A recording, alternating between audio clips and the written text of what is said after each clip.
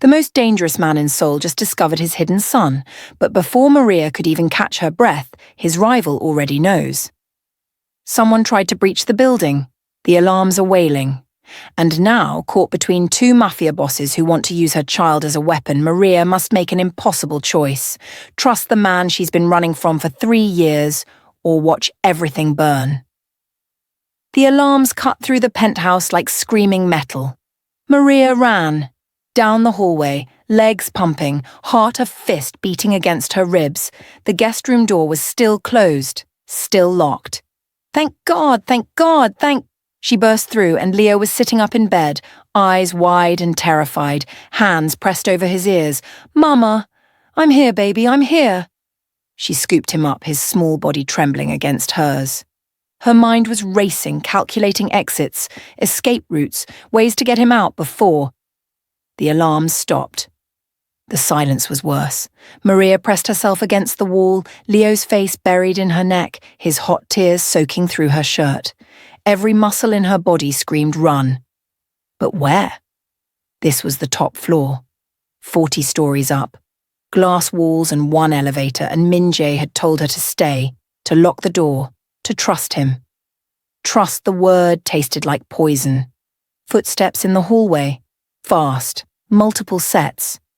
Maria looked around desperately for a weapon. Anything, but this sterile guest room had nothing sharp, nothing heavy, nothing that could... The door exploded inward, not violently. Worse. A keycard beep, and then Min Jae filled the doorway, Jin Ho and 2 other men behind him. Min Jae's shirt had blood on it. Not his blood, Maria realized with sick certainty. Someone else's. We're moving. Now. His eyes were different, colder. This wasn't the man who'd negotiated with her an hour ago. This was the mafia boss who'd earned his reputation through violence. There's a car waiting in the underground garage. Jin Ho will... I'm not going anywhere with... They got past the lobby. Min Jae's voice cut through hers like a blade. 4 men, armed. They asked for you by name, Maria. Your real name. Your Nigerian passport name, the name I never told anyone. He moved closer and she saw it now, the fear beneath the ice. Someone in my organization gave them everything. Your identity, your location. How many seconds do you think we have before they realize you're 40 floors up, instead of trying to leave? Leo's crying had gone quiet, the kind of quiet that came from pure terror. Maria's arms tightened around him. How do I know you're not lying? Because if I wanted you trapped, I'd just lock this door and wait. He held out his hand. I know you don't trust me. I know you think I'm the monster in your story. But right now, Maria, I'm the only thing standing between our son and the men who want to cut him into pieces to hurt me. The image hit her like a physical blow, Leo.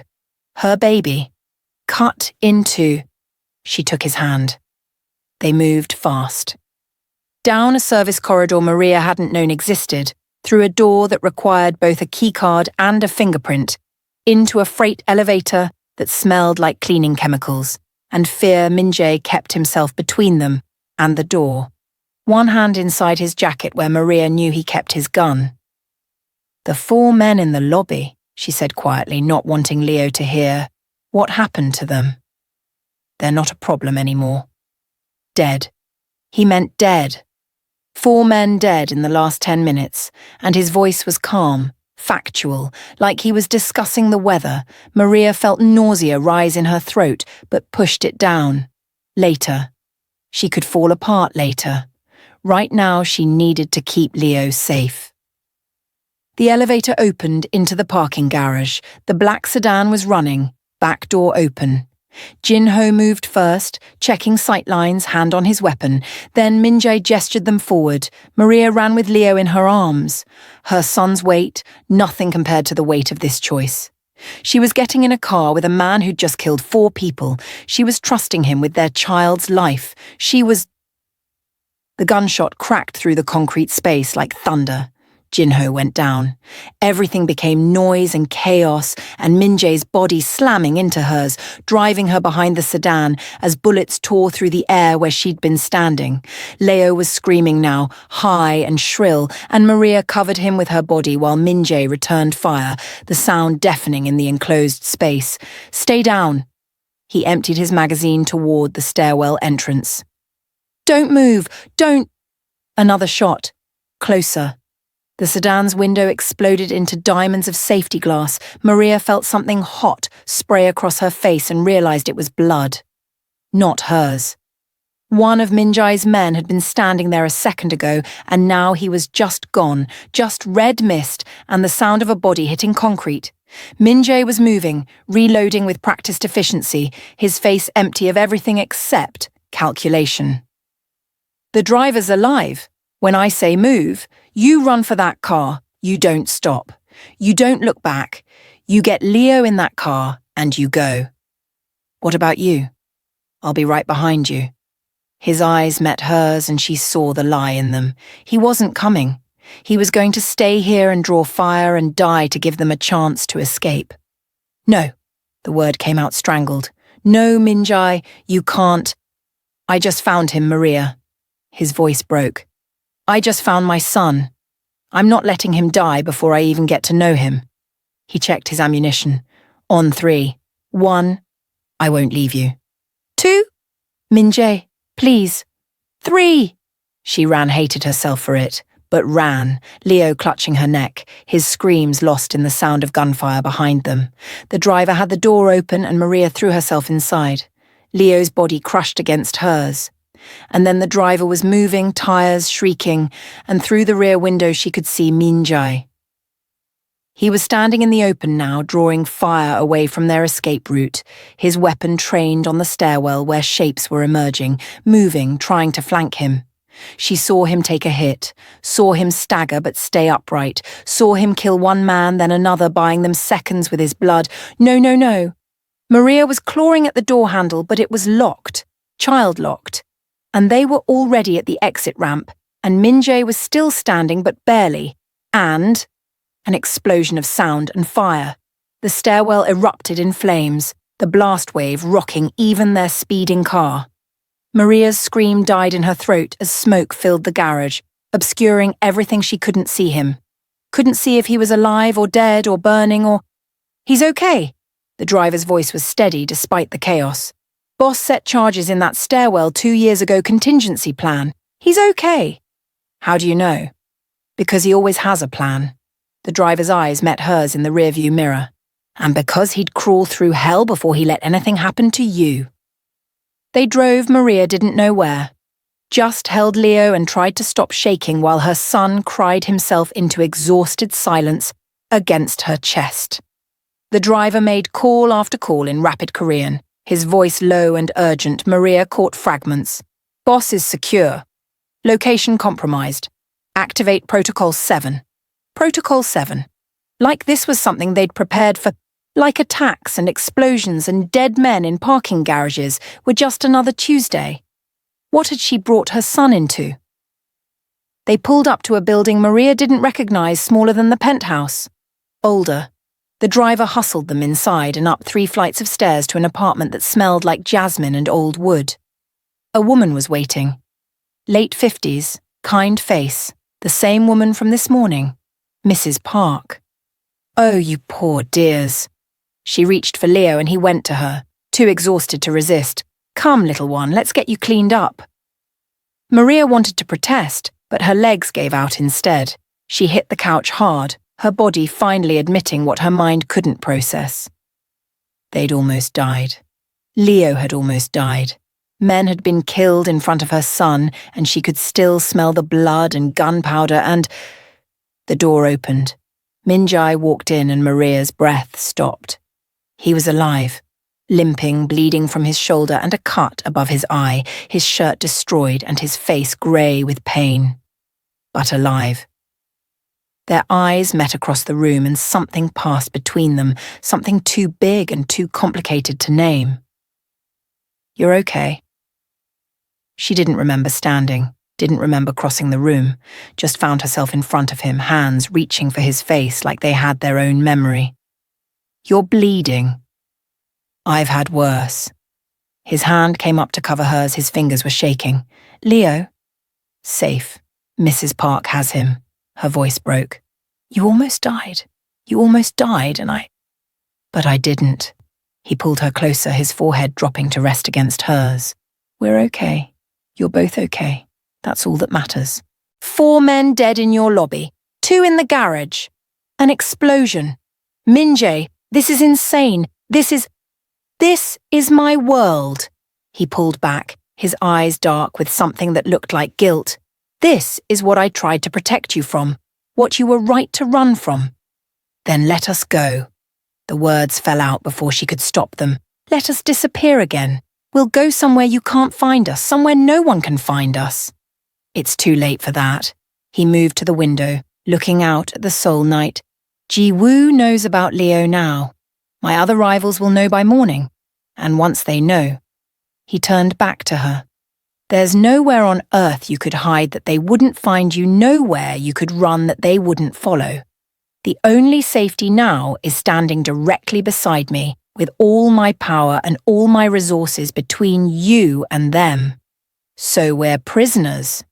You're protected." He moved closer. "There's a difference." "Is there?"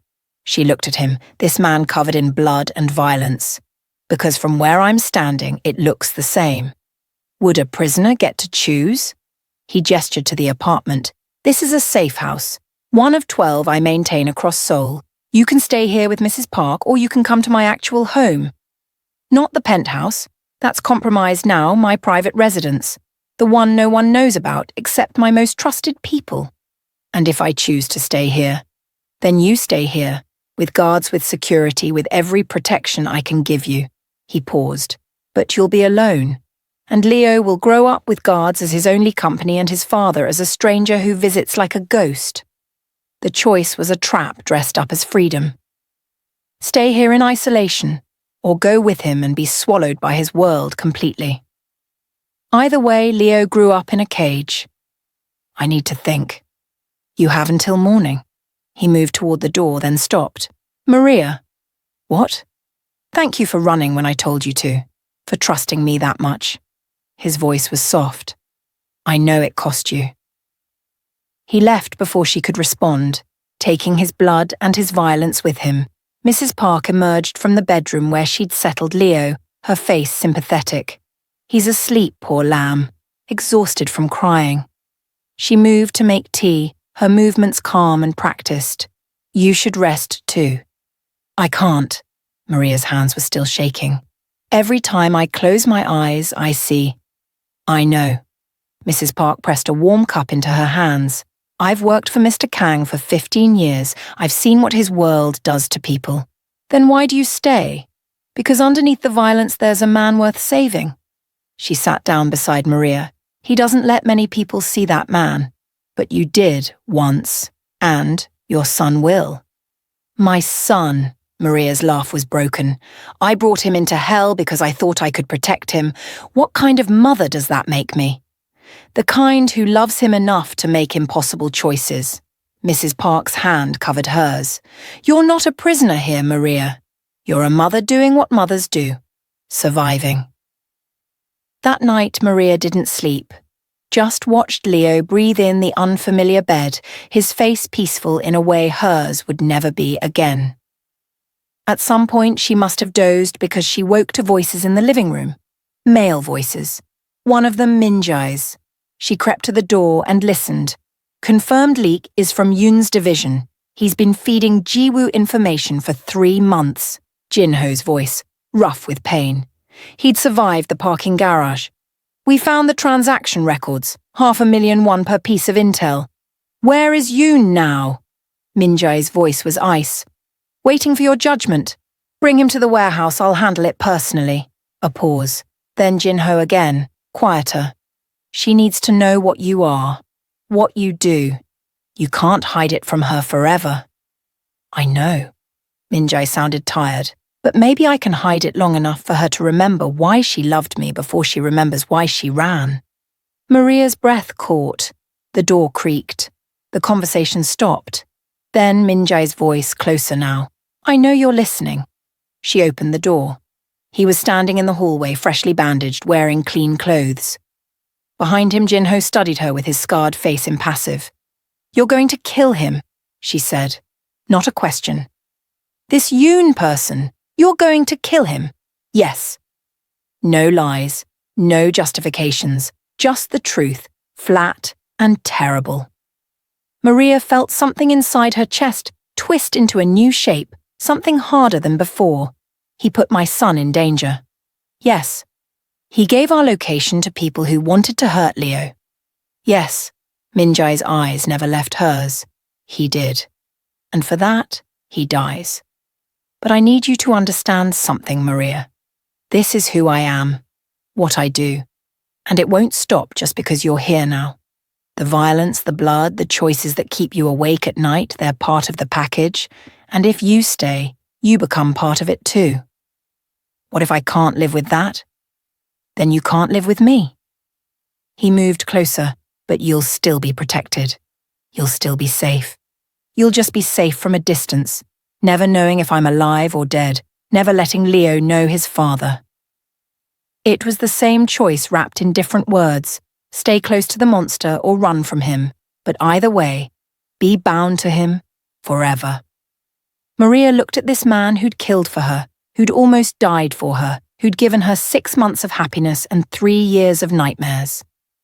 "I want to go with you," she said, and watched his eyes widen. "To your private residence, not to be with you, but because Leo deserves to know his father, even if his father is—" She stopped. "Even if his father is you." "Maria—" "But I have conditions." She held up a hand. "I see everything. No secrets. No lies. If you're going to kill someone, I know about it. If there's danger, I know about it. If your world is going to swallow my son, then I'm going to know exactly what's in the belly of the beast." Minjai studied her for a long moment. "You don't want to see what I do." "No, I don't. But I need to." She straightened her spine. "Because if I'm going to protect Leo in your world, I need to understand it, all of it, even the parts that will give me nightmares." Something that might have been respect crossed his face, or maybe fear. It was hard to tell. "Okay," he said finally. "Okay. No secrets. No lies. You want to see the monster, Maria? I'll show you exactly what I am." "Good." She turned back to check on Leo. "When do we leave?" "Dawn. Get some rest." He started to leave, then stopped. "Maria, you're braver than you know." "I'm not brave." She looked at him over her shoulder. "I'm terrified. But I'm a mother first, and mothers don't get to be afraid." He left. Maria returned to Leo's bedside and watched her son sleep and wondered what she'd just agreed to. Tomorrow she'd enter Minjai's real world, the one he'd hidden from her before. Tomorrow she'd see exactly what kind of monster she'd loved. Tomorrow she'd become complicit in everything she'd spent 3 years running from. But tonight, right now, her son was breathing and safe and alive, and that was all that mattered, even if the price was her soul. Dawn came too fast. Mrs. Park had breakfast ready, rice porridge and fruit and tea that tasted like comfort. Leo was confused about the strange apartment, but seemed to accept that this was another adventure, another strange day in a life that had suddenly become very strange. Minjai arrived exactly at sunrise, driving himself this time, alone. No guards, no entourage, just him in a simple car with tinted windows. "It's time," he said. Maria picked up Leo, grabbed the small bag of their belongings, and followed the father of her child into the unknown. The drive took them out of Seoul proper, into the hills where the city gave way to forest. They drove for 40 minutes in silence, Leo drowsing against Maria's shoulder, until they reached a gate that opened automatically to Minjai's approach. The house beyond was nothing like the penthouse. This was traditional Korean architecture, all clean lines and natural wood and paper screens, beautiful, peaceful, completely at odds with the man who owned it. "Welcome home," Minjai said, and the word felt like a knife. He showed them inside. The house was warm, lived in, nothing like the sterile penthouse. There were books on the shelves, art on the walls, a kitchen that looked actually used. This was where he lived, Maria realized. This was the private man behind the public monster. Your room is through there. He pointed to a door. Leo's is connected. Private bathroom. Everything you need. He paused. And there's one more thing you should see. He led her down a hallway to a door she hadn't noticed, unlocked it. Inside was a nursery. A completed, fully furnished nursery. Pale yellow walls. A crib with mobile hanging above it. Toys on shelves, books, clothes in tiny sizes. Everything a baby would need. Maria felt her breath stop. I built this 3 years ago, Minjae said quietly, when you first told me you might be pregnant, before you ran, before I knew for sure. I built it anyway because His voice cracked. Because I wanted to be ready, in case. Minjae, you took that from me. He turned to face her. You took this moment, the moment I could have brought my son home to a room made for him. You took 3 years of bedtime stories and first steps and birthday cakes, and I need you to know that I forgive you for it, Maria, because I understand why. But I also need you to know that it breaks my heart every time I look at him and realize I'll never get that time back. Maria had no words, just stood in this room that had waited 3 years for a child who'd never come and felt the full weight of what her choice had cost. Not just her, not just Leo, but Minjae too. I'm sorry, she whispered. I'm so sorry. I know. He moved to leave, then stopped. Get settled. Rest. Tonight, you wanted to see my world. Tonight I'll show you exactly what you're asking for. And Maria, once you see it, you can't unsee it. So be sure this is what you want. He left her standing in the ghost nursery, surrounded by all the might-have-beens and never-weres. Leo stirred against her shoulder, mumbling something in his sleep. Maria held him tighter and wondered if she'd just made the biggest mistake of her life, or if the mistake had been made 3 years ago and she was only now facing the consequences. That night, after Leo was asleep and the house was quiet, Minjae came to her door. It's time, he said. If you want to see, come with me. If you don't, stay here. Last chance to change your mind. Maria looked at her sleeping son one last time, then followed the monster into the dark. They drove in silence to a warehouse on the outskirts of the city. Industrial, isolated, the kind of place where screams wouldn't carry. Minjae parked and turned to her. Last chance. I need to see. He nodded once, then led her inside. The warehouse was mostly empty except for the man tied to a chair in the center. Yoon, she assumed. He looked terrified. Behind him stood Jin Ho and 2 others, faces impassive. This is the man who betrayed us, Minjae said, his voice echoing in the empty space. He gave our location to Jiwoo. Put a price on your head. Put a target on our son. He walked slowly around the chair.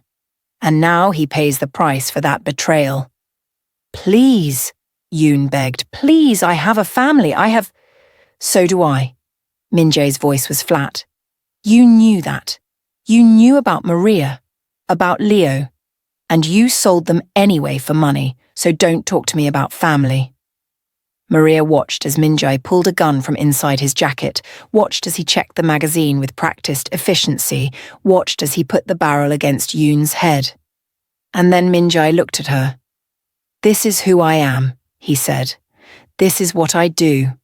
And if you stay, Maria, this blood is on your hands too. Time stopped. Maria stood there, frozen, while the man in the chair sobbed and Minjae waited for... What? Permission? Absolution?